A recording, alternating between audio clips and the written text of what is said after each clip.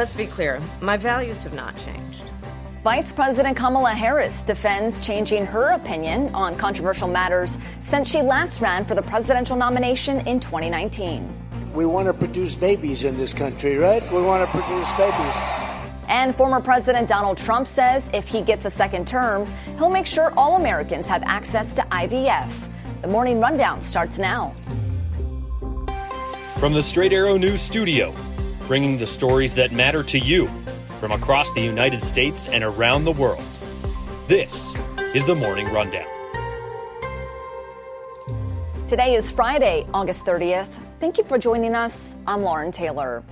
In her first interview since becoming the 2024 Democratic presidential nominee, Vice President Kamala Harris defended changing her mind on key issues and gave her clearest view yet on her plans if elected. Meanwhile, her Republican opponent, former President Donald Trump, told his supporters if he's elected, IVF will be covered by the government or insurance, and appeared to speak out against the 6-week abortion ban on the ballot in his home state of Florida. Let's start with Vice President Kamala Harris. 5 weeks after taking up the mantle as the Democratic candidate when President Joe Biden announced that he was dropping out, Harris and her running mate, Minnesota Governor Tim Walz, sat down for a joint interview with CNN's Dana Bash Thursday. She defended changing her mind on key issues like fracking, which is a key issue in a swing state like Pennsylvania. In 2019, I believe, at a town hall, you said you were asked, would you commit to implementing a federal ban on fracking on your first day in office? And you said, there's no question I'm in favor of banning fracking. So, yes. So it changed in that campaign? Let's be clear, my values have not changed. What I have seen is that we can grow and we can increase a thriving clean energy economy without banning fracking. Okay. Harris also appears to have changed her stance on immigration. In the past, she's advocated for the closure of immigration detention centers and decriminalizing illegal border crossings. Just one other question about something that you said in 2019 when you first ran. There was a debate. You raised your hand when asked whether or not the border should be decriminalized. Do you still believe that?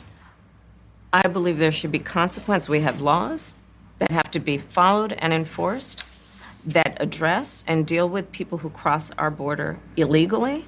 And there should be consequence. My value around what we need to do to secure our border, that value has not changed. I spent 2 terms as the Attorney General of California prosecuting transnational criminal organizations, violations of American laws regarding the illegal passage of guns, drugs, and human beings across our border. My values have not changed. Vice President Harris also laid out her clearest plan yet for her priorities should she win the 2024 election. Day one, it's going to be about, one, implementing my plan for what I call an opportunity economy. I've already laid out a number of proposals in that regard, which include what we're going to do to bring down the cost of everyday goods, what we're going to do to invest in America's small businesses, what we're going to do to invest in families, for example, extending the child tax credit to $6,000 for families for the first year of their child's life to help them buy a car seat, to help them buy baby clothes, a crib. There's the work that we're going to do that is about investing in the American family around affordable housing, a big issue in our country right now. So there are a number of things on day one.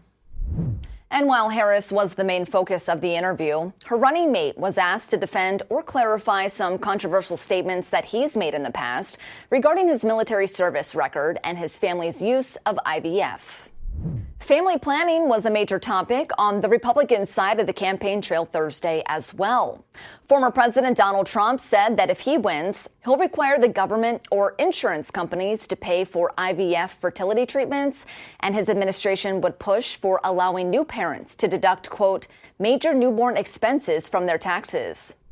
We want to produce babies in this country, right? We want to produce babies. When asked about his stance on abortion, particularly in his home state of Florida, where there's an initiative on the November ballot to increase the time limit for abortions. Right now, abortion is banned in Florida after 6 weeks of pregnancy in most cases. Well, I think the 6 week is too short. It has to be more time, and so and I've told them that I want more weeks. So you'll vote in favor of the amendment? I am going to be voting that we need more than 6 weeks. After that interview, Trump campaign officials said Trump did not confirm how he had been voting on the measure. Trump has gone back and forth on his stance on abortion, but his current position is that the issue should be up to the states. The Israeli military intensified its operation in the West Bank, killing 5 militants, including a local commander on Thursday. This brings the total to 16 deaths since the raids began late Tuesday, making it the deadliest Israeli operation in the West Bank since the start of the Gaza war. Israel claims these raids are aimed at preventing attacks against Israel, while Palestinians view them as an extension of the Gaza conflict. The raids have drawn international concern, with the UN and other nations calling for an immediate halt to the violence. Meanwhile, Hamas continues to urge Palestinians in the West Bank to rise up against Israel, labeling the raids as part of a broader effort to expand the conflict. Israel's military and Hamas have agreed to 3 separate zoned 3-day pauses in fighting in Gaza to allow for the first round of polio vaccinations for 640,000 children, according to the World Health Organization. This agreement comes after the United Nations recently reported the first confirmed case of polio in Gaza in 25 years. Each zone will have a 3-day pause, potentially extending to 4 days if needed. The agreement, coordinated with Israeli authorities, is a critical step in preventing the spread of polio after a baby in Gaza was recently paralyzed by the virus. Health workers aim to vaccinate at least 90% of children in Gaza, involving over 2,100 workers across hundreds of sites. The WHO says these pauses in fighting are not a ceasefire, but are crucial for protecting children's health during the ongoing conflict.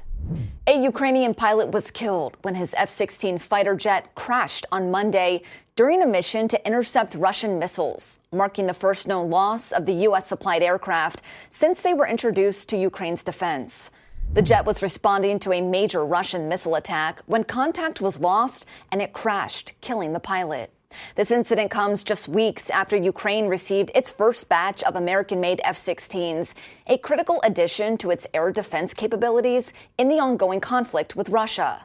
The F-16 had already proven their effectiveness by successfully intercepting several Russian missiles during the attack. However, the loss of one of these jets is a significant setback, especially given the limited number Ukraine has in its arsenal. Initial reports suggest the crash was not caused by Russian fire. The exact cause is still under investigation. Finally, this morning, Elon Musk's social media platform X will officially close its longtime San Francisco headquarters in September. Employees were informed of the closure date in a memo sent out on Thursday. This marks the end of an era for the company, which has been based in San Francisco since 2006. Elon Musk's decision to close X's San Francisco headquarters follows his earlier announcement to move operations due to a California law he opposes. Twitter, which moved into the 1 million square foot Art Deco building back in 2012 to help revitalize the mid-market area. The company saw significant changes after Musk took over, including mass layoffs, the auctioning of furniture, and the removal of the Twitter sign. With the office closing, ex-employees will relocate to San Jose or Palo Alto, and the global headquarters will move to Texas, where Musk's other companies like Tesla and SpaceX are based. Musk cited recent California laws, particularly those related to gender identity in schools, as key reasons for relocating. These are your top stories for this Friday. We'll see you back here next week. Until then, I'm Lauren Taylor. Have a great day.